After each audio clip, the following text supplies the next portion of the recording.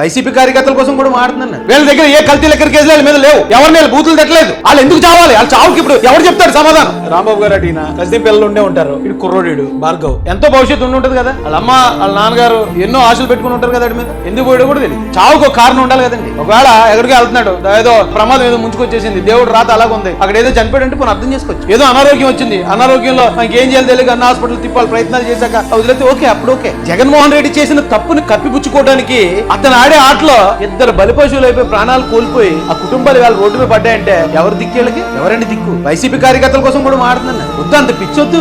ఎందుకంత అసలు మీరు ఎందుకు వెళ్తారు మీకు తెలియకుండా? జోకర్ గారికి పరామర్శ ఏంటి? అలాంటి నోటుతోలాంటిది అలాంటి ఏదో చీ కొడుతున్నారు జనం అందరూ. పిచ్చుకోకుని కొట్టినట్టు కొడుతున్నారు వెళ్ళి. ఆడికి పరామర్శ ఏంటి? ఇప్పుడు జోకర్ గారు ఒక మనిషి అండి, ఓ వైసీపీ కార్యకర్త. వీళ్ళు కూడా వైసీపీ కార్యకర్తలే. ఆడికి వీళ్ళకి ఉన్న తేడా ఏంటి? ఇంకా చెప్పాలంటే వీళ్ళందరూ నిజాయితీ పనులు. వీళ్ళ దగ్గర ఏ కల్తీ లెక్కర్ కేసులు వాళ్ళ మీద లేవు. ఎవరిని బూతులు తట్టలేదు. వాళ్ళు ఎందుకు చావాలి? వాళ్ళ చావుకి ఇప్పుడు ఎవరు చెప్తారు సమాధానం? జగన్మోహన్ రెడ్డి అనే ఒక నేరస్తుల కోసం, ఈ జోకర్ గడనే ఈ అంబటోడనే పిచ్చి కుక్కల కోసం అమాయకులు ఎందుకు ప్రాణాలు పోగొట్టుకోవాలి? ఎందుకు చావాలి నీ కోసం అని చెప్పి అడగటం చాలు కదా. ఎవడో రమ్మంటే పొలం మన ఎగేసుకుని వెళ్ళిపోవడమేనా? బుద్ధి జ్ఞానం లేకుండానే వేళ ఏళ్ళయ్యారు. ఇప్పుడు వైసీపీ కార్యకర్తలు పెడతా ఉంటారు పోస్టులు. రేపు మీరే అవుతారు, మీరే పోతారా?